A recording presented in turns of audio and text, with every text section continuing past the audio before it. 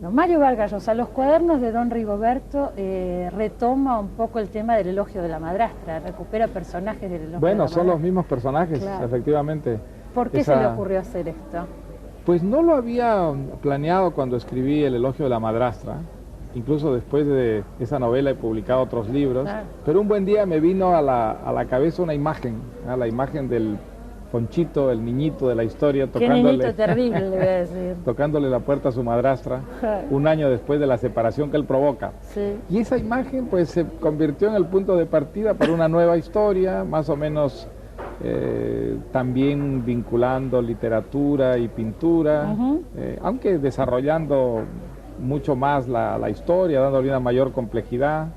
Siempre es para mí un poco misterioso el origen de las novelas que escribo, ¿no? Me imagino. Pero ¿cómo quedan a veces los personajes? Usted ya ha retomado en otras Ya novelas lo he hecho personas. en otras ocasiones, Claro. sí. Y también por razones para mí un poco oscuras, ¿ah? Como ciertos personajes de pronto Quedan en uno, ¿no?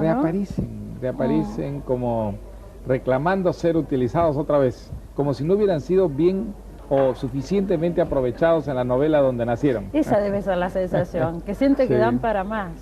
¿Cómo describiría Efectivamente. esta novela? ¿Es una novela erótica?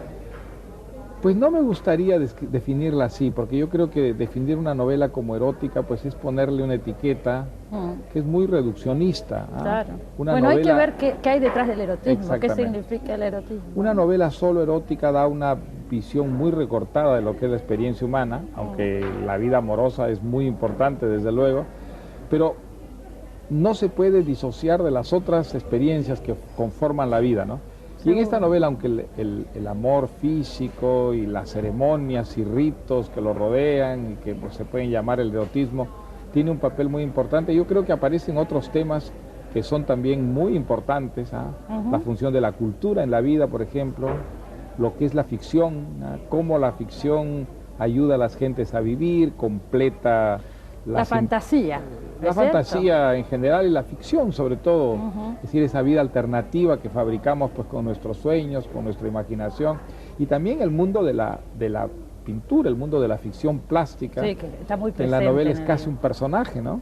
A mí me dio mucha gracia porque hay una reivindicación del arte y hay un capítulo por ahí suelto que me pareció fantástico, muy cortito, donde usted habla del fútbol, del deporte. Ah, bueno, es una de las Medio se diatribas del contrapone, personaje. sí. El personaje escribe unas diatribas Sí. en la soledad de su estudio, donde desfoga, ¿no es cierto?, todos sus enconos, sus rechazos Sí. de cosas que le parecen que deterioran la vida, ¿ah?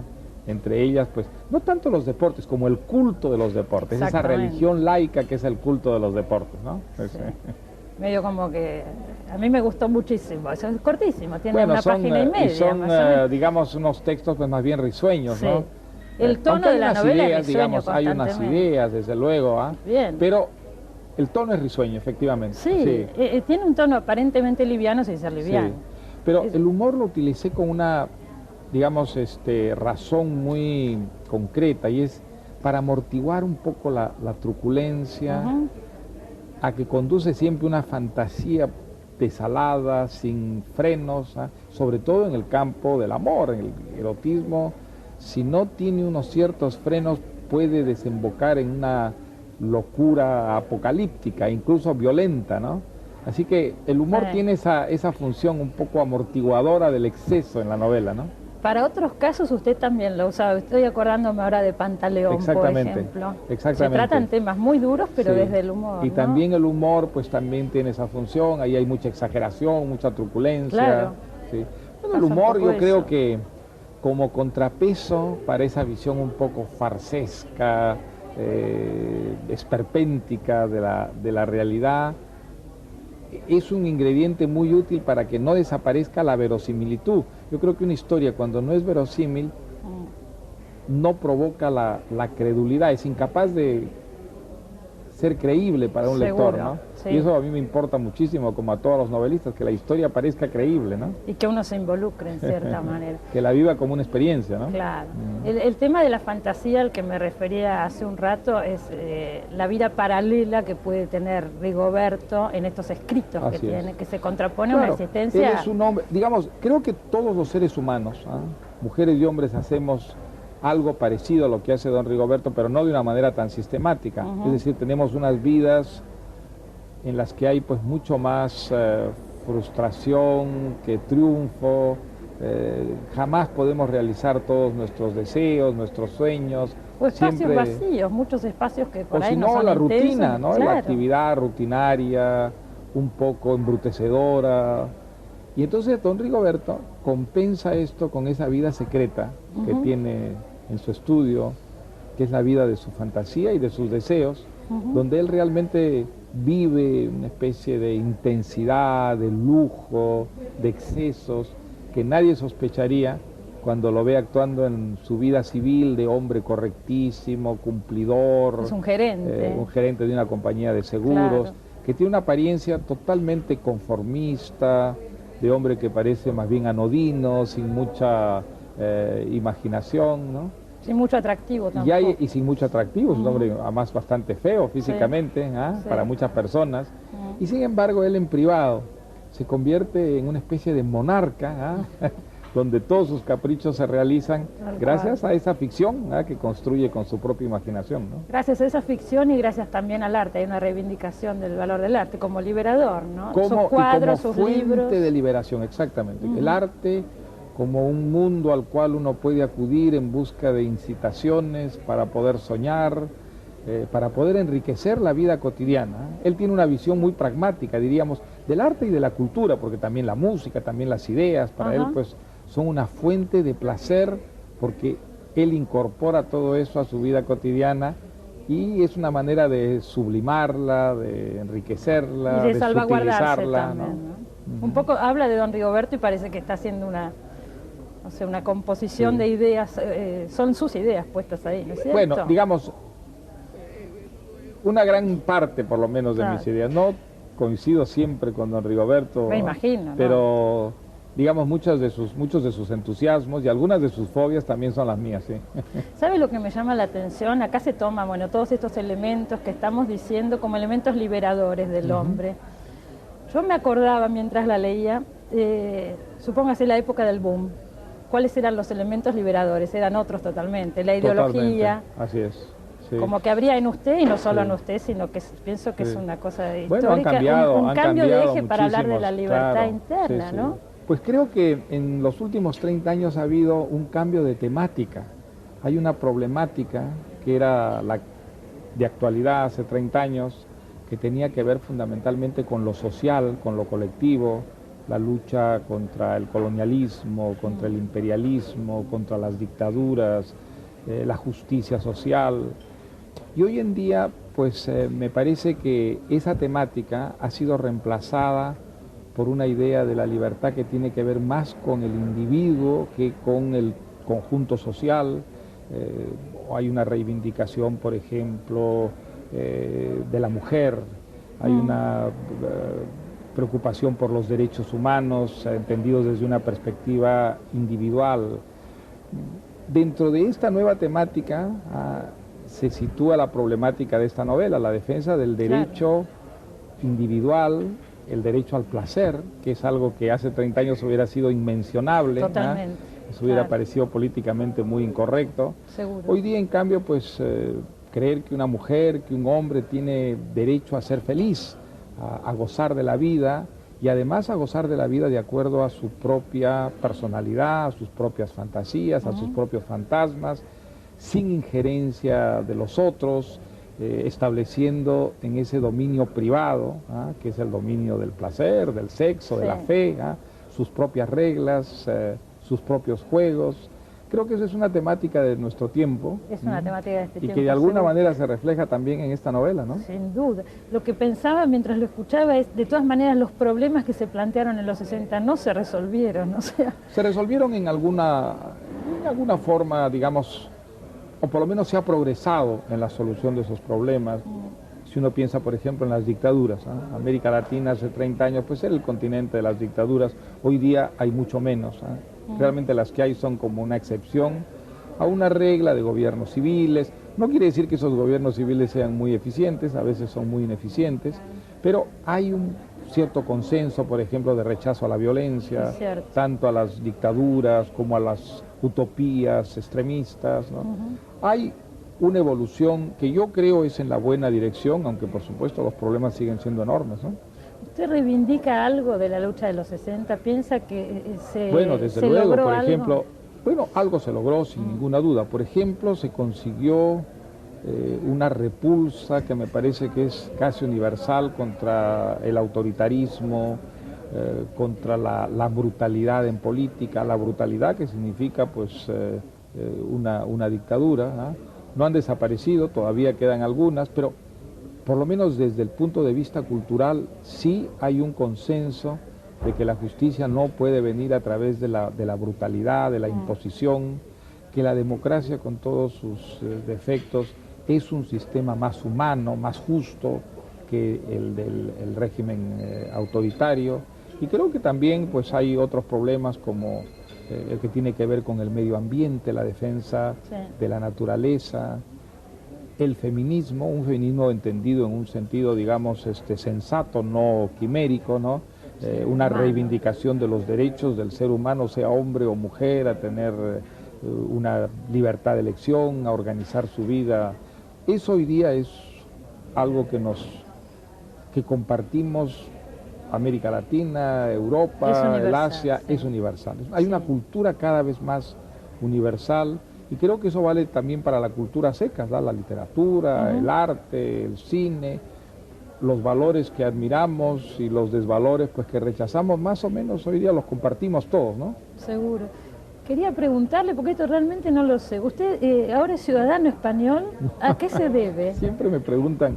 Es una pregunta Porque que yo creo atención, que es una serio. Pregunta que esconde una especie de prejuicio nacionalista. Para nada. Le pregunto No, cuál mire, fue su idea, yo no, soy no por peruano prejuicio, de verdad. y español técnicamente, porque hace algunos años me acogí a una ley de doble nacionalidad.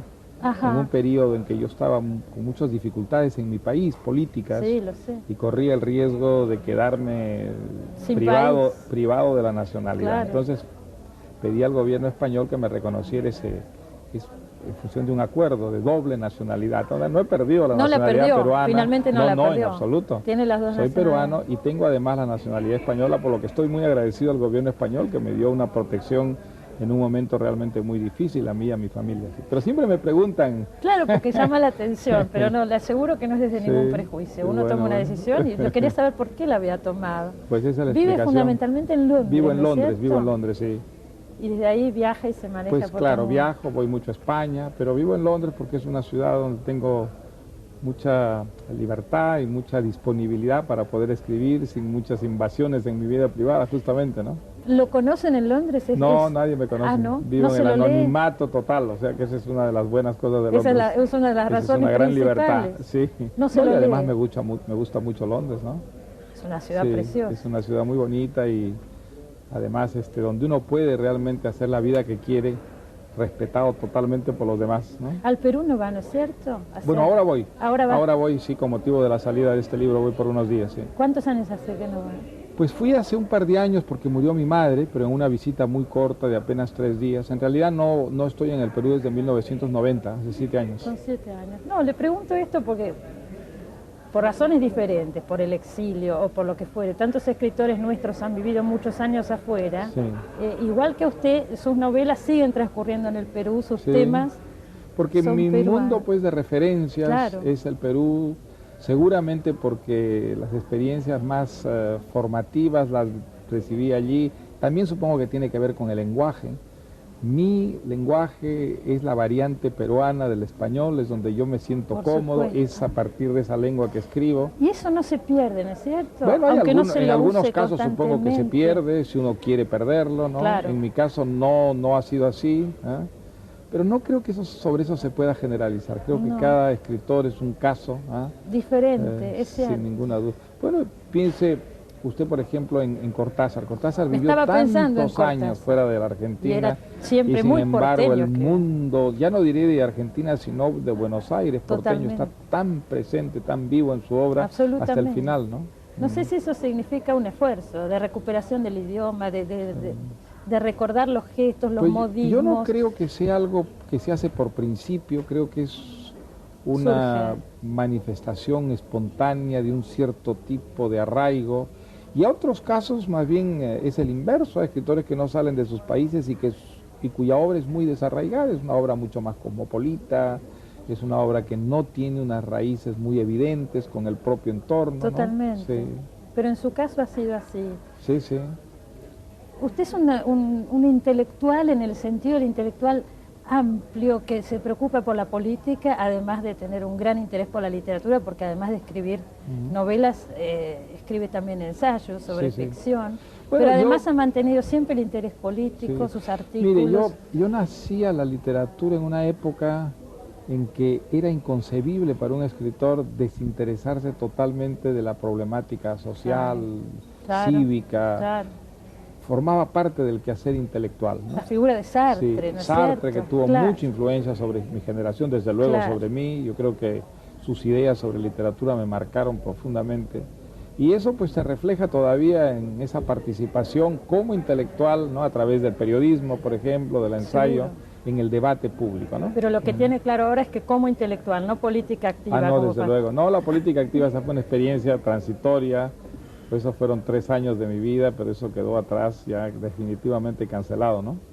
Usted, hablamos antes de empezar la nota y me comentaba, Mario, que alegría estar en un programa literario y que no le iban a hacer la típica pregunta que le han hecho desde que llegó a Buenos Aires, pero tengo que hacerla aunque sea cortita. Si hubiera sido presidente del Perú, ¿qué pasaba? ¿Qué hubiera hecho con la toma de la embajada? Mire, no es una pregunta que se pueda contestar realmente, porque uno no sabe cuáles hubieran sido las circunstancias, cuál era el contexto de un episodio así, que es el que realmente tiene... quiero pensar, ¿no?, que no hubiera ocurrido o que hubiera actuado yo de tal manera que no permitiera que ocurriera una situación tan dramática. Vamos a lo anterior, hay que ver si hubiera ocurrido. No hay manera de saberlo eso, ¿no? En todo caso, pues me alegro mucho que esto haya terminado con un mínimo de víctimas entre los rehenes. ¿Le parece que fue resuelto correctamente? Correctamente creo que no es un adverbio que utilizaría, pero digamos, ya que se actuó de esa manera, había que hacerlo. Por lo menos, digamos, 71 de los 72 rehenes están hoy día libres, aunque deploro, por supuesto, los muertos, ¿no? Y no solamente los muertos rehenes y soldados, sino también los propios terroristas, ¿no?, que eran muchos de ellos muchachos casi niños, ¿no? Eso es lo que no deploró Fujimori, justamente. Sí, pues eso hay que deplorarlo, porque de todas maneras son muertos, son seres humanos cuyas existencias han sido cegadas, ¿ah?, por unas ideas y unos métodos que desde luego yo condeno de una manera muy enérgica. Condeno la dictadura porque es una manifestación de la brutalidad. Creo que el terrorismo es otra manifestación de brutalidad, que eso debe ser combatido y que tenemos que aprender a coexistir, porque si no, no saldremos nunca del subdesarrollo, ¿no? Acá salió un artículo hace un par de meses, pienso, en el diario La Nación, un artículo suyo, que supongo que ha salido en muchos diarios del mundo, donde decía justamente eso, era interesante.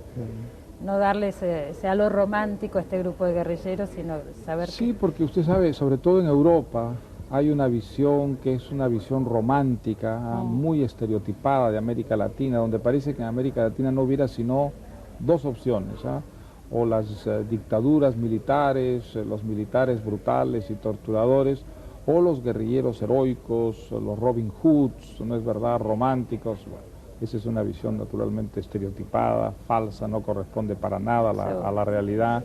Y como yo vivo en Europa, pues mire, procuro combatirla, aunque sin mucho éxito, por desgracia, ¿no? Pero por lo menos tiene esta posibilidad de escribir sus artículos. Bueno, lo felicito por este libro que seguramente se va a leer mucho en la Argentina porque tiene muchísimos lectores acá, y gracias por haber estado con nosotros. Muy amable, gracias.